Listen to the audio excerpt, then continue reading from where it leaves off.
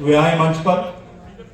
ये ऐसी कैटेगरी से हैं, इन्होंने 1 लाख रुपए की राशि का ऋण लेकर अपना कारोबार शुरू किया है और इस उपलब्धि के लिए इन्होंने अपना जो सफलतापूर्वक कार्य किया है, इसके लिए इनको एक प्रशस्ति पत्र देकर माननीय मुख्य अतिथि महोदय के कर कमलों से सम्मानित किया जा रहा है। प्रशस्ति पत्र की श्रृंखला में मैं बीसी वर्ग में आमंत्रित करने जा रहा हूं करमवीर और यशपाल को। वे आए, इनको 50,000 रुपए की राशि Haryana backward class and economically weaker section की ओर से इनको ये प्रशस्ति पत्र दिया जा रहा है।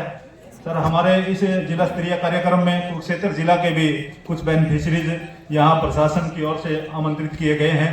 इनमें आमंत्रित करना चाहूंगा ऐसी कैटेगरी में रेखा वाइफ ऑफ राजवीर, और इसके बाद रिंकू सन ऑफ सुरताराम, ये जल्दी मंच पर आए जी। और कुरुक्षेत्र जिला से बीसी कैटेगरी में सरोज वाइफ ऑफ रामनिवास,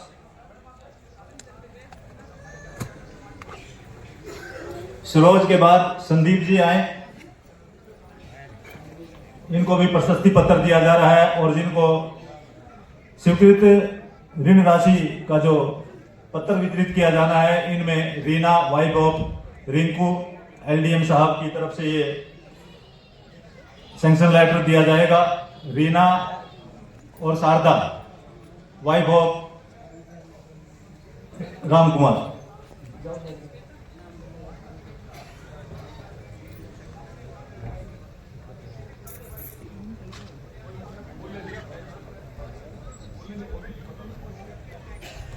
और इस प्रकार आज इस सम्मानित मंच से विभिन्न स्कीमों के तहत माननीय मुख्य अतिथि महोदय के कर कमलों से इन लाभार्थियों को सम्मानित किया गया है, इनको स्कीमों का लाभ दिया गया है। मैं तहे दिल से माननीय मुख्य अतिथि महोदय का आभार प्रकट करता हूं और लाभार्थियों को शुभकामनाएं बधाई देता हूं।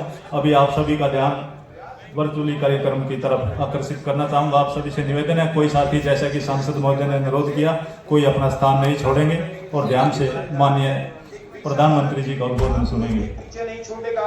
हमारा ध्यान हमारे समाज के सर्वाधिक लाभ वंचित वर्ग के लिए नए अवसर पैदा करने पर केंद्रित रहा है, जिससे वे आत्मनिर्भर बन सकें तथा राष्ट्र की प्रगति में बराबर का योगदान दे सकें। भारत माता की जय।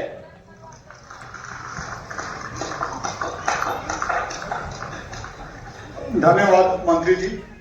सामाजिक न्याय और अधिकारिता विभाग समाज के सभी वंचित वर्गों के उत्थान एवं उज्जवल भविष्य के लिए कार्यरत है।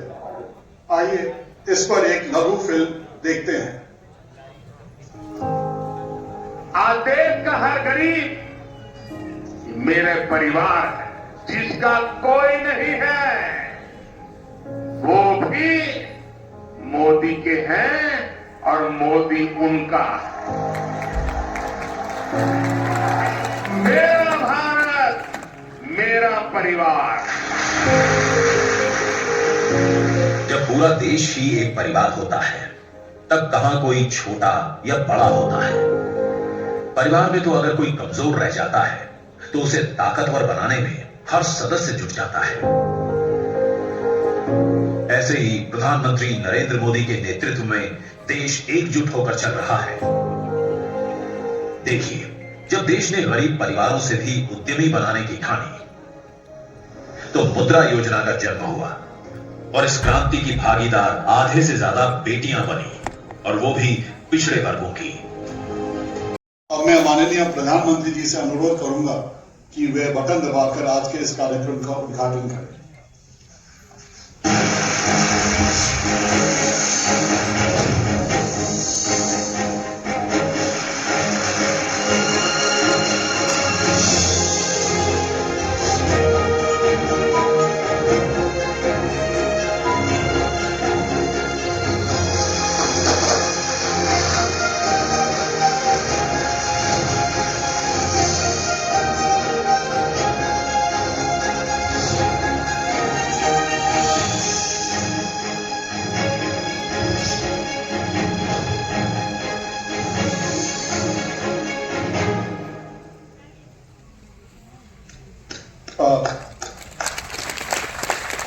अब माननीय प्रधानमंत्री जी देश के विभिन्न हिस्सों से जुड़े कुछ कुछ लाभार्थियों से संवाद करेंगे। सबसे पहले इंदौर मध्य प्रदेश चलते हैं, जहां से श्री नरेंद्र सेन जुड़े हुए हैं। नरेंद्र जी नमस्ते। नमस्ते प्रधानमंत्री जी, thank you so much for the opportunity. आप बैठिए नरेंद्र जी, बैठिए, बैठ करके बात कीजिए। हाँ बताइए, पहले अपने विषय में बताइए, थोड़ा देशवासी जानना चाहेंगे। जी प्रधानमंत्री जी, सो मेरा नाम नरेंद्र सेन है, मैं इंदौर से हूँ, इंदौर से गांव से हूँ जो इंदौर में 97 में मूव हुए थे। और फिर मेरी रुचि सर साइबर कैफे पे काम करते करते कोडिंग सीख गया मैं, और मैंने इंटरनेट कंपनी बनाई। और हम अभी देश का क्लाउड, न्यू क्लाउड बनाया है हमने, जो देश में स्टार्टअप, एमएसएमई और लार्ज एंटरप्राइज को एम्पावर करेगा। हमारे देश का जो क्लाउड या डिजिटल इकोनॉमी में कंट्रीब्यूशन है वो बहुत कम है, और फॉरेन क्लाउड ज़्यादा प्रचलित है। तो इसी को सोच के हमने बनाया कि हमारे देश के डेवलपर्स ने क्लाउड दूसरों के लिए बनाया, पूरी दुनिया को डिजिटलाइज किया। हमारे देश को डिजिटलाइज करने की जरूरत, हमारे देश का क्लाउड बनाने की जरूरत है, और इससे हमारी इंटरनेट कंपनीज को हम ग्लोबल ले जाएंगे, और इससे जो इकोनॉमी बेनिफिट होगा वो ज़्यादा काफ़ी हाई रहेगा। इसलिए हमने न्यू क्लाउड की शुरुआत करी, और आज हम काफ़ी सक्सेसफुली इसको चला रहे हैं और इसको आगे बढ़ा रहे हैं। काफ़ी लोग हमसे जुड़ गए हैं, कस्टमर्स हमारे जुड़ गए हैं, एमएसएमईज को हम डिजिटलाइज कर रहे हैं माननीय प्रधानमंत्री जी। तो ये हमारी जर्नी है। नहीं, नरेंद्र जी से नरेंद्र जानना चाहता है कि आपकी बचपन में कहां से कहां यात्रा चली, आप कैसे इस दुनिया में आ गए, थोड़ा बताएंगे। जी प्रधानमंत्री जी, बचपन में जब मैं गांव में था तो गुजरात में आपका नरेंद्र मोदी सीएम है, तो कुछ दोस्त बोलते थे कि नरेंद्र मोदी आ गया, नरेंद्र मोदी आ गया, इस टाइप से। और मैं आपके नाम का काफी एडवांटेज भी लिया, मैंने बचपन में भी लिया और अभी भी लिया, कहीं पे भी जाए तो जैसे ही बोलता है नाम सर आपका, फिर मैं बोलता नरेंद्र मोदी, तो मुझे एक बार देखते हैं और फिर हंसते हुए बोलते हैं अच्छा क्यों में रहते हैं। तो बट स्कूल में सर पढ़ाई करी मैंने 8 तक, फिर इंदौर आ गए, इंदौर में पढ़ाई करी 12वीं तक, उसके बाद ड्रॉप आउट ले लिया और पूरा टेक्नोलॉजी में कर लिया, टेक्नोलॉजी में काम किया। मैं फर्स्ट जनरेशन एंटरप्रेन्योर हूँ। मेरे पिताजी कंस्ट्रक्शन कंपनी में नौकरी करते थे, और क्योंकि गांव से आप आए हो तो आप सबको काम करना पड़ता था, तो मैं भी काम करता था। और मैंने वहीं पे मेरा कंप्यूटर में काफी इंटरेस्ट, मेरा एजुकेशन कॉमर्स में था, बट टेक्नोलॉजी में मेरा बहुत मन और रुचि, जैसे आपकी रुचि है। और एक इंस्पिरेशन मैं आपको बताता हूँ, जब आप प्रधानमंत्री बने थे तब आपने नेस्कॉम की इवेंट में बोला था कि देश को क्लाउड गो डाउन चाहिए, और उस समय मैं क्लाउड पे काम कर रहा था, तो मुझे एकदम मोटिवेशन आ गया कि ये सेम चीज इंस्पिरेशन मतलब इको हो रही है। प्रधानमंत्री जी भी वही बात कर रहे हैं, और ये एक कॉन्फिडेंस होता है, क्योंकि ये जो क्लाउड है ना, हमारे देश की डिजिटल इकोनॉमी और जो डेवलपर्स है, क्योंकि देश में बनाया नहीं किसी, मैं एंटर हुआ इसमें क्योंकि मुझे पता होता है कि इसमें बहुत सारा पैसा लगता, तो मैं नहीं करता ये मैं बस एक जुनून था कि अमेरिका में मैं सर्वर खरीदता था और देश में स्मॉल बिजनेसेस को सर्विस दे रहा था। फिर मैंने डिसाइड किया कि यार हम लोग देश में बनाते हैं, अपना देश इतना बड़ा है, जरूरत तो पड़ेगी आगे के पीछे। तो हमने जब चालू किया डेटा सेंटर, तो एक घर से शुरुआत करी। हमारे आईएसपी थे, उनके घर से मैंने चालू किया पहला सर्वर रखना, फिर दूसरा 10, 100, 200, फिर बाद में पता चला डीपी उड़ गई, तो पता चला पावर तो पूरा चला गया है, इसके लिए प्रॉपर बनाना पड़ेगा। तो फिर जब मैंने पढ़ाई करी कि यार सिंगापुर, आयरलैंड ने डेटा सेंटर पार्क बनाए, क्योंकि हमारे देश में डेटा सेंटर पार्क होना चाहिए। और मध्य प्रदेश एक ऐसी लोकेटेड सिचुएशन में है कि सेंट्रली लोकेटेड है, और यहाँ पे पावर सरप्लस है, तो ये डेटा सेंटर के लिए पर्याप्त फिट जगह है। तो मैंने ऐसे लेटर लिखा, क्योंकि आप किसी को जानते तो हो नहीं, नो आपके कनेक्शन है किसी मिनिस्टर से, तो मैंने आईटी सेक्रेटरी सर को मेल डाला, उस टाइम पे राव सर थे, तो उन्होंने बुला लिया, बोले आ जाओ। तो मैंने प्रेजेंटेशन दिया कि सर मेरे पास पैसे नहीं है, पर ये बनाना और ये प्रॉब्लम है, देश की भी प्रॉब्लम है और ये मेरी भी प्रॉब्लम है, ये सॉल्व हो जाएगी। तो उन्होंने वैलिडेट किया और कंट्री का पहला डेटा सेंटर पार्क बना। और उस दिन तो उस दिन रियलाइज हुआ कि बिना पैसे के भी काम हो सकता है। जरूरी नहीं है आपके स्टार्टअप में पैसा जरूरी है, आप बस सही मन से लग जाओ।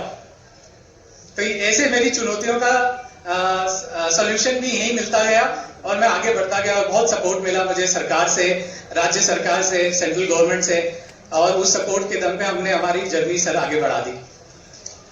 चलिए नरेंद्र जी, मुझे आपको बात कर करके अच्छा लगा। आपने काफी योजनाएं बनाई हैं और एक प्रकार से आपने टेक्नोलॉजी के माध्यम से भारत में किस प्रकार से प्रगति हो सकती है स्टार्टअप की दुनिया में आजकल जो हमारे नौजवान रुचि ले रहे हैं।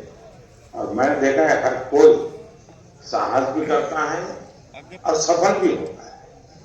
आप भी उसी में एक उदाहरण है और समाज में अति पिछड़े वर्ग में से पैदा होकर के, गांव में पैदा होकर के थोड़ा सा अगर सहारा मिल जाए तो कैसा बदलाव आता है, तो आपने करके दिखाया है। मेरी तरफ से बहुत बहुत बधाई। धन्यवाद सर, थैंक यू। अब जम्मू कश्मीर की तरफ चलते हैं, जहां से श्रीमती नीलम कुमारी जुड़ी हैं, जो कठुआ की निवासी हैं और इस समय जम्मू में हैं। नीलम जी नमस्ते। नमस्ते सर जी। नीलम जी बैठिए, जरा अपने बारे में कुछ बताइए। मेरा नाम नीलम कुमारी, मैं डिस्ट्रिक्ट कठुआ और कठुआ ही रहने वाली हूँ। मैं नहीं लेता, आगे दे दो। नहीं, थोड़ा बताइए ना कैसे आप क्या काम कर रही हैं। हाँ सर, मैं बुटीक का काम करती हूँ। तो आप बुटीक अपना जो कुछ भी हो बताइए मुझे, कैसे शुरू हुआ, कैसे कहां पर पहुंचे। सर, पहले मैं किसी की दुकान पे काम करती थी, जो 2-3 हजार पे किसी के आगे काम करना, और फिर तब भी मेरे घर का गुजारा जो बड़ी मुश्किल से होता था। जो मेरे घर वाले जो लकड़ी का काम करते, बच्चों का पालन पोषण तो दूर, हमारे घर में राशन की भी कमी आने लगी कि अब हम क्या करें। फिर ऐसा टाइम आया कि मैं बहुत परेशान रहने लगी कि अब मैं क्या करूं, और काम इसका भी नहीं है और मेरा भी काम छूट गया। फिर 2021 में मैंने जब लोन लिया और अपना खुद का बुटीक शुरू किया। लोन लेके पहले मैंने मशीनें ली, मशीनें और दुकान शुरू की। फिर मैंने आगे लड़कियों को तका काम के लिए। नहीं, आपको अपना व्यवसाय शुरू करना है, सरकारी योजनाओं को साथ किस प्रकार से आपका अनुभव आया, कितनी मदद मिली और मदद के लिए कैसे पहुंचे आप? सर, मुझे सरकारी योजना, भारत सरकार की ओर से सब योजनाएं मुझे मिली हैं। जैसे सिलेंडर की होगी, जहाँ मेरा जैसे कच्चा मकान था वो बना मेरा। फिर जैसे हेल्थ इंश्योरेंस मिला मुझे आयुष्मान कार्ड से। फिर शौचालय बना मेरे घर में। एक से एक योजना मुझे भारत सरकार ने दी। अब पहले आप किसी के यहाँ काम करते थे, अब खुद की दुकान बन गई, तो आप तो एक बहुत बड़ा गर्व महसूस करती होगी। सर, बहुत बड़ा। आज महिलाओं को में तो मदद की सरकार की योजनाओं का आपको फायदा हुआ है, लेकिन जो व्यवसाय का काम कर रहे हो उसमें कैसे मदद की? उसमें मैंने जैसे सर लोन लिया, लोन लेकर मैंने अपना बिजनेस जैसे शुरू किया। और कितने लोग अभी काम करते होंगे आपके पास? अभी सर मेरे पास 4 लड़कियां काम कर रही हैं। अच्छा, 4 लोगों को आप रोजगार देती है? जी सर, 4 लड़की काम भी कर रही हैं और उनका घर का परिवार भी पालन पोषण अच्छे से कर रही है। वो भी अब मेरे से कमा रही है। तो बहुत लोग भी मिल करने के लिए आते होंगे, भाई आप कैसे ऐसे आगे बढ़ गई, हमें भी बताओ, हम भी कुछ करें। लोग आते हैं आपके पास? जी सर, मेरे को पूछते हैं। कभी पहले छोटा कारोबार मुश्किल तो होती है हर काम में, फिर थोड़ा जैसे मैंने दुकान शुरू कर दी, मेरे पास आज और कल और परसों जैसे बदलता टाइम आगे चलता गया। लोग मेरे से पूछते थे, आपने नीलम जी क्या किया जो आपको, मैंने बोला कि मैंने लोन लिया, लोन भी लिया और उसका मैंने पूरा फायदा पैसा लिया। जमा भी करा दिया। अभी कोई कर्ज है कि सब पूरा हो गया? नहीं सर, अभी थोड़ा अमाउंट रह गया। अच्छा, अभी थोड़ा बाकी है जी, और दूंगी। अच्छा नीलम जी, आज जम्मू कश्मीर समेत देश के हर कोने में सरकारी योजनाओं का लाभ देश के नागरिकों को मिल रहा है। ऐसे लोगों को लाभ मिल रहा है कि जिनके बारे में पहले की सरकारें बातें तो बहुत करती थी, उनके कल्याण के लिए ऐसा ढूंढ तरीका होता था, और वो भी कोई रिश्तेदार हो, परिचित हो, उन्हीं से हो जाता था। लेकिन आपने अपने बलबूते पर, और वो भी पैसा करके शुरू किया और आत्मनिर्भर बन गए। जी, आपकी बहुत ही प्रेरणादायक कहानी है। मेरी तरफ से आपको बहुत बहुत शुभकामनाएं हैं।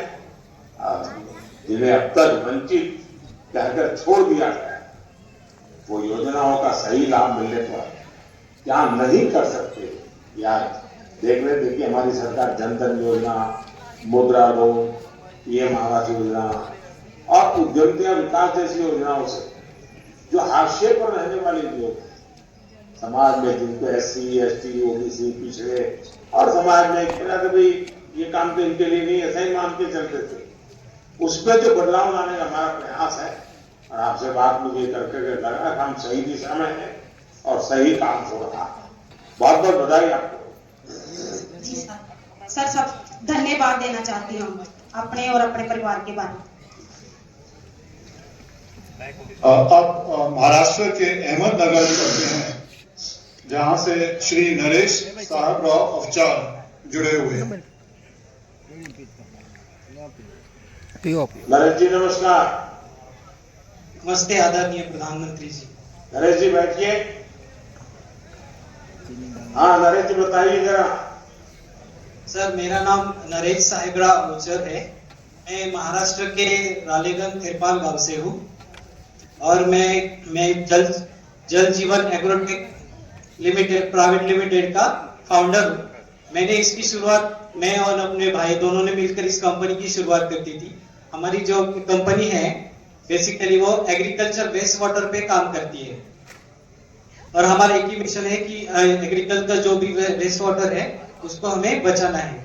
इसके लिए हमें भारत सरकार की जो स्कीम है असीम अंबेडकर सोशल इनोवेशन मिशन, इसके तहत मुझे 30 लाख रुपए की लोन राशि मिली है, जिससे मैंने अपना बिजनेस शुरू कर दिया है। इसके लिए मैं अब भारत सरकार को और प्रधानमंत्री जी को धन्यवाद देना चाहता हूँ। अच्छा, आप कहाँ किसानी और कहाँ कंपनी के मालिक बन गए? ये जरा यात्रा बड़ी गजब लग रही है भाई। सर, मेरे पिताजी और माँ दोनों भी खेत में काम करते थे और मैंने उनको दोनों का भी काम करते देखा। मैंने भी अपनी खेती में काम किया है, तो उससे मुझे अनुभव मिला है कि खेती के काम कैसे होते हैं। सरकार से आपको क्या क्या मदद मिली? सरकार से मुझे आयुष्मान भारत कार्ड मिला है और राशन मिड डे मील का राशन मिला है। नहीं, इस व्यवसाय में असीम स्कीम के अंदर जो लोन मिला, इसके अतिरिक्त किस प्रकार से आपको आगे बढ़ने में सहायता? इस लोन से मैंने पूरी मशीनरी वगैरह ली और वहां से अपना कारोबार शुरू कर दिया। अच्छा, आप अपने व्यवसाय के जरिए किसानों की मदद कर पाते होंगे, तो वो कैसे करते हैं और भविष्य में आप क्या करना चाहते हैं? मैंने इसमें एक इनोवेटिव प्रोडक्ट बनाया है जो सारे किसानों को बहुत फायदेमंद है और वो देश के हर किसान को वो अगर वो यूज करता है तो उसके काफी सारी जो वेस्ट वाटर है वो बच सकता है। तो आपने खुद ने इसको इनोवेट किया है, खुद ने बनाया इसको? हाँ, ये इसको मैंने खुद बनाया है और इसके लिए मुझे भारत सरकार से पेटेंट मिला है। मतलब आप किसानी भी करते हैं, जल संरक्षण करते हैं, एक प्रकार से आप तो पर्यावरण का भी काम कर रहे हैं, दोनों काम कर रहे हैं। Yes sir. अगर कृषि क्षेत्र में कोई उद्यमी आना चाहे तो आप उनको क्या सलाह देंगे? भारत एक कृषि प्रधान देश है और मैं जो भी नए उद्योजक है उनको बोलना चाहूंगा कि आप भी ऐसी स्कीम का बेनिफिट ले और अपना फायदा करें। चलिए नरेश जी, मुझे कृषि से जुड़े कार्यों में लगे हुए आप जैसे युवाओं का उत्साह अपने आप में बहुत ही खुशी देने वाला है। आपकी यात्रा कई ऐसे युवाओं को प्रेरित करती है जो कृषि क्षेत्र में उद्यमी बनना चाहते हैं। मेरी तरफ से आपको बहुत बहुत शुभकामनाएं। धन्यवाद मोदी जी और धन्यवाद भारत सरकार। अब हम चलते हैं आंध्र प्रदेश के गुंटूर जिले में, जहां से श्रीमती अदिपुड़ी मुथम्मा हमारे साथ हैं। मुथम्मा गारू नमस्ते। नमस्कार सर। बैठिए बैठिए मुथम्मा गारू बैठिए आप। अच्छा, मैं हिंदी बोलूंगा, आपको साथ में जो बैठे हैं वो समझाएंगे और आपसे बात भी करने का मुझे मौका मिल जाएगा। वैसे तो अब हमने आर्टिफिशियल इंटेलिजेंस का उपयोग करते हुए मेरे सभी भाषणों को आप अगर तेलुगु में सुनना चाहें तो मिल जाएंगे, कोई तमिल में सुनना चाहे तो मिल जाएगा। खैर, आज तो मैं वो एआई का उपयोग नहीं कर रहा हूं, आज मैं सीधा सीधा आपसे बात करके ही। अच्छा, पहले मुथम्मा जी जरा अपने बारे में बताइए और मैंने जो कहा उसका जरा पहले ट्रांसलेशन कर दीजिए। మీరు ఇప్పటి వరకు ఎలా ఉన్నారు, మీ గురించి చెప్పండి ప్రధానమంత్రి గారికి. మీరు ముందు ఎలా ఉండేవాళ్ళో చెప్పండి. ఇంతకుముందు రోడ్డు మీద చెత్త ఏరుకొని బతికేటోళ్ళం సార్ మేము. నేను నా భర్త, నాకు 2 పిల్లలు సార్. రోడ్డు మీద మనుషుల్లాగా మేము లేము సార్. మరి గలీజు బతుకు సార్ మాది. అసలే మా బతుకల గురించి మేము చెప్పుకోవాలంటే చెప్పుకోలేని పరిస్థితి సార్. నా పిల్లలు, నేను రోడ్డు మార్జింగ్ లో వాన లేదు, ఎండ లేదు, అలాంటి చోట్ల నుంచి ఈ రోజు నేను ఇక్కడ కూర్చొని మాట్లాడుతున్నానంటే నాకు సంతోషంగా ఉంది సార్. नमस्ते प्रधानमंत्री जी, मेरा हम पहले जिंदगी में थे ऐसा गुजर रहे थे कि सड़क पर साफ सुधार करके कूड़े निकाल के अपने बच्चों के साथ ऐसा जीवन बीत लिया था कि कूड़े निकालना वर्षा में भी हो या धूप में भी हो, ये काम करके इतना बिगड़ कम नजर से दिखे हुए थे हमको। जुड़े हुए मैं सभी का अभिनंदन करता हूं। साथियों, आज दलित, पिछड़े और वंचित समाज के कल्याण की दिशा में देश एक और बड़े अवसर का साक्षी बन रहा है, जब वंचितों को वरीयता की भावना हो तो कैसे काम होता है वो इस आयोजन में दिखाई दे रहा है। आज वंचित वर्ग से जुड़े 1 लाख लाभार्थियों के खाते में 720 करोड़ रुपए की सहायता राशि सीधी उनके बैंक अकाउंट में भेजी गई है। ये लाभार्थी 500 से ज्यादा जिलों में उपस्थित हैं। पहले की सरकारों में ऐसा कोई सोच भी नहीं सकता था कि इधर बटन दबाया और उधर पैसे गरीबों के बैंक खातों में पहुंच गए। लेकिन ये मोदी की सरकार है, गरीब के हक का पैसा सीधा उसके बैंक खाते में पहुंचता है। अभी मैंने सूरज पोर्टल भी लॉन्च किया है। इसके जरिए वंचित समुदाय के लोगों को अब सीधे आर्थिक सहायता दी जा सकती है। यानी भारत सरकार की दूसरी योजनाओं की तरह ही विभिन्न अन्य योजनाओं का पैसा भी सीधे आपके खाते में पहुंचेगा। न कोई चीज का बिचौलिया, न कट, न कमीशन और न ही कोई सी सिफारिश के लिए चक्कर काटने की जरूरत।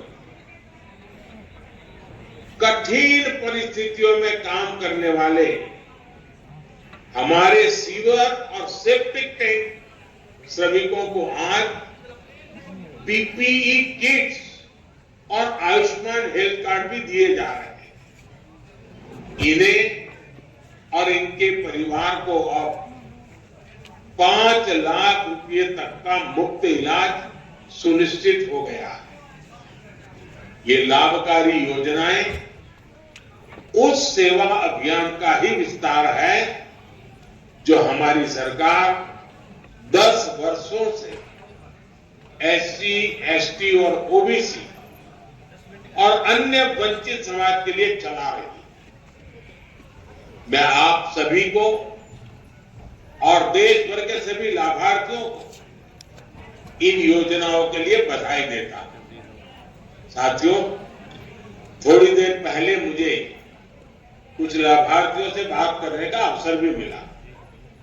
सरकार की योजनाएं किस तरह दलित, वंचित और पिछड़ा समाज तक पहुंच रही है, इन योजनाओं से किस तरह इनका जीवन बदल रहा है, ये सकारात्मक बदलाव मन को भी सुकून देता है और व्यक्तिगत तौर पर मुझे भावुक भी करता है। मैं आप सबसे अलग नहीं हूं, मैं आप में ही अपना परिवार देखता हूं। इसलिए जब मुझे विपक्ष के लोग गाली देते हैं, जब ये लोग कहते हैं कि मोदी का कोई परिवार नहीं है, तो मुझे सबसे पहले आपकी ही याद आती है, जिसके पास आप जैसे भाई बहन है, उसे कोई कैसे कह सकता है कि उसका कोई परिवार नहीं है। मेरे पास तो आप सबके रूप में करोड़ों दलितों, वंचितों और देशवासियों का परिवार है। वो ज्यादा परिवार। अच्छा, मैं खुद को भाग्यशाली मानता हूं जब आप कहते हैं कि मैं हूं मोदी का परिवार। साथियों, हमने 2047 तक भारत को विकसित राष्ट्र बनाने के का जो संकल्प किया है, लक्ष्य रखा है, और जो वर्ग दशकों तक वंचित रहा, उसके विकास के बिना भारत विकसित नहीं हो सकता। कांग्रेस की सरकारों ने देश के विकास में वंचित वर्ग के महत्व को कभी समझा ही नहीं था, उनको परवाह ही नहीं थी। इन लोगों को कांग्रेस ने हमेशा सुविधाओं से वंचित रखा। देश के करोड़ों लोगों को उनके भाग्य के भरोसे छोड़ दिया और दुर्भाग्य देखिए, ऐसा एक माहौल बन गया कि भाई तो वंचित के घरे में भी गैस का चूल्हा होगा। अगर अच्छे अच्छे परिवारों के बैंक के खाते होंगे तो गरीब का, दलित का, पिछड़ों का, आदिवासी का, उसका भी बैंक खाता होगा। साथियों, इस वर्ग की कई पीढ़ियों ने अपना जीवन मूलभूत सुविधाएं जुटाने में ही गंवा दिया। 2014 में हमारी सरकार ने सबका साथ सबका विकास के विजन के साथ काम करना शुरू किया। जिन लोगों ने सरकार से उम्मीद छोड़ दी थी, सरकार उनके पास पहुंची और देश के विकास में उन्हें भागीदार बनाया। आप याद करिए साथियों, कितनी मुश्किल होती थी पहले राशन की दुकान से राशन पाने में, और ये मुसीबत कौन झेल रहा था? वो कौन लोग थे जिन्हें सबसे ज्यादा मुश्किल होती थी? ये मुसीबत झेलने वाले या तो हमारे दलित भाई बहन होते थे, या हमारे पिछड़े भाई बहन होते थे, या हमारे ओबीसी भाई बहन होते थे, या हमारे आदिवासी भाई बहन होते थे। आज जब हम 80 करोड़ जरूरतमंदों को मुफ्त राशन देते हैं तो उसका सबसे बड़ा लाभ जो हाशिए पर जिंदगी गुजारते थे, जो वंचित समाज है, उन्हीं को मिलता है। आज जब हम 5 लाख रुपए तक के मुफ्त इलाज की गारंटी देते हैं तो सबसे बड़ी संख्या में इन्हीं भाई बहनों को जीवन बचता है, उन्हीं को मुसीबत में काम आता है। छप्पर, झोपड़ी और खुले में रहने को मजबूर हमारे दलित, आदिवासी, पिछड़ा परिवारों की संख्या ही सबसे ज्यादा है देश में, क्योंकि भूतकाल में इन लोगों की किसी ने परवाह नहीं की। मोदी ने 10 वर्षों में करोड़ों पक्के मकान गरीबों के लिए बनाए। मोदी ने करोड़ों घरों में शौचालय बनवाए। वो कौन परिवार थे जिनकी माताओं बहनों को खुले में शौच के लिए जाना पड़ता था? यही समाज सबसे ज्यादा पीड़ा भुगतता था, जो हमारे दलित, आदिवासी, ओबीसी, वंचित परिवार, इनकी महिलाओं को ही सहना पड़ता था। आज उन्हें इज्जत घर मिला है, उन्हें उनका सम्मान मिला है। साथियों, आप भी जानते हैं कि गैस का चूल्हा पहले इन घरों में होता था। गैस का चूल्हा किसके पास नहीं होता था? सबको पता है। मोदी ने उज्ज्वला योजना चलाकर मुफ्त गैस कनेक्शन दिया। ये मुफ्त गैस कनेक्शन मोदी जो लाया वो किसको मिला? आप सभी मेरे वंचित भाई बहनों को मिला। आज मेरे वंचित वर्ग की माताओं बहनों को भी लकड़ी के धुएं से आजादी मिली है। अब हम इन योजनाओं में सैचुरेशन के लक्ष्य पर काम करें, मतलब 100%। अगर 100 लोगों को लाभ मिलना चाहिए तो 100 के 100 को मिलना ही चाहिए। देश में बड़ी संख्या में गुमंतु और अर्ध गुमंतु समुदाय के लोग भी हैं। उनके कल्याण के लिए भी तो कोई कार्यक्रम चलाए जा रहे हैं।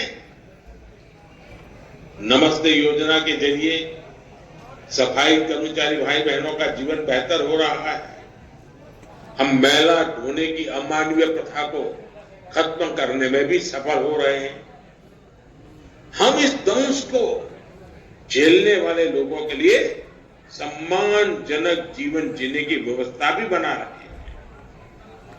इस प्रयास के तहत लगभग 60,000 लोगों को आर्थिक सहायता दी गई है। साथियों, एससी, एसटी, ओबीसी, वंचित वर्ग को आगे लाने के लिए हमारी सरकार हर तरह से प्रयास कर रही है। विभिन्न संस्थाओं से वंचित वर्ग को जो मदद मिलती है, इन 10 वर्षों में हमने उसे 2 गुना किया है। अकेले इसी साल सरकार ने एससी समाज के कल्याण के लिए करीब 1,60,000 करोड़ रुपए दिए हैं। पिछली सरकार में लाखों करोड़ रुपए केवल घोटालों के नाम से सुनने में आते थे। हमारी सरकार ये पैसा दलित, वंचित कल्याण के लिए और देश के निर्माण के लिए खर्च कर रही है। एससी, एसटी और ओबीसी समाज के युवाओं को मिलने वाली छात्रवृत्ति यानी स्कॉलरशिप को भी बढ़ाया गया है। हमारी सरकार ने मेडिकल की सीटों में ऑल इंडिया कोटा में ओबीसी के लिए 27% आरक्षण को लागू किया। हमने नीट की परीक्षा में भी ओबीसी के लिए रास्ता बनाया। वंचित समुदाय के जो बच्चे विदेश जाकर मास्टर और पीएचडी डिग्री हासिल करना चाहते हैं, उन्हें नेशनल ओवरसीज स्कॉलरशिप से मदद मिल रही है। साइंस से जुड़े विषयों में पीएचडी करने वाले छात्रों को आगे बढ़ाने के लिए नेशनल फेलोशिप की राशि भी बढ़ाई गई है। हमें इस बात का संतोष है कि हमारे प्रयासों से national commission of backward class को संवैधानिक दर्जा मिला है। हम इसे भी अपना सौभाग्य समझते हैं कि हमें बाबा साहब आम्बेडकर के जीवन से जुड़े पंच तीर्थों के विकास का अवसर मिला है। साथियों, वंचित वर्गों के युवाओं को रोजगार और स्वरोजगार के भी भाजपा सरकार प्राथमिकता दे रही है। हमारी सरकार की मुद्रा योजना के तहत गरीबों को करीब 30 लाख करोड़ रुपए की मदद दी गई है। ये मदद पाने वाले ज्यादातर युवा SC, ST और OBC कैटेगरी के ही है। स्टैंड अप इंडिया योजना से SC और ST वर्गों में एंटरप्रेन्योरशिप को बढ़ावा मिला है। इस वर्ग को हमारे वेंचर कैपिटल फंड स्कीम से भी मदद मिली है। दलितों में एंटरप्रेन्योरशिप को ध्यान में रखकर हमारी सरकार ने आम्बेडकर सोशल इनोवेशन और इंक्यूबेशन मिशन भी लॉन्च किया है।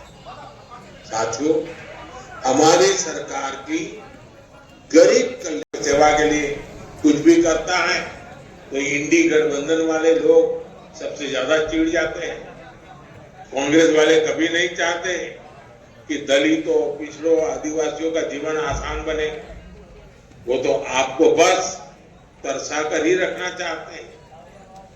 आप किसी भी योजना को देखिए, इन्होंने आपके लिए शौचालय बनवाने का मजाक उड़वाया। इन्होंने जनधन योजना और उज्ज्वला योजना का विरोध किया। जहां राज्यों में इनकी सरकारें हैं, कई योजनाओं को इन्होंने आज तक लागू नहीं होने दिया। ये जानते हैं कि दलित, वंचित, पिछड़ा, ये सारे समाज और वहां के युवा अगर आगे आएंगे तो इनकी परिवारवादी राजनीति की दुकान बंद हो जाएगी। ये लोग सामाजिक न्याय का नारा देकर समाज को जातियों में तोड़ने का काम तो करते हैं, लेकिन असली सामाजिक न्याय का विरोध करते हैं। आप इनका ट्रैक रिकॉर्ड उठाकर देखिए। इसी कांग्रेस ने बाबा साहब आम्बेडकर का विरोध किया था। इन्होंने लोहिया और बीपी मंडल का भी विरोध किया था। कर्पूरी ठाकुर जी का भी इन लोगों ने हमेशा निरादर किया, और जब हमने उन्हें भारत रत्न दिया तो इंडी गठबंधन के लोगों ने उसका भी विरोध किया। अपने परिवार के लोगों को तो ये लोग खुद भारत रत्न देते हैं, लेकिन बाबा साहब को इन्होंने कई दशक तक भारत रत्न नहीं मिलने दिया।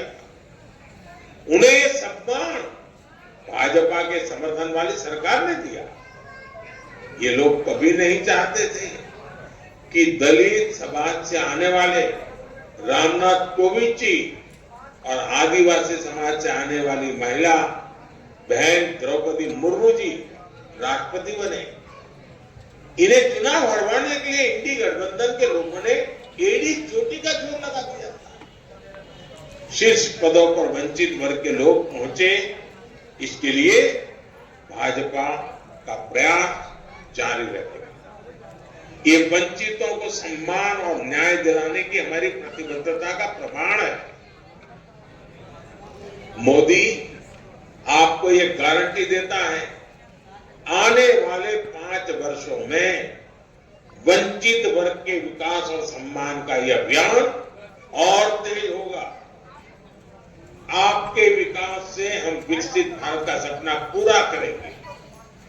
मैं फिर एक बार इतनी बड़ी तादाद में, इतने स्थानों पर आप सबका इकट्ठा होना और वीडियो कॉन्फ्रेंस के माध्यम से मुझे आपके दर्शन करने का अवसर मिलना, ये अपने आप में मेरे लिए सौभाग्य है। मैं आपको बहुत बहुत शुभकामनाएं देता हूं। बहुत बहुत धन्यवाद।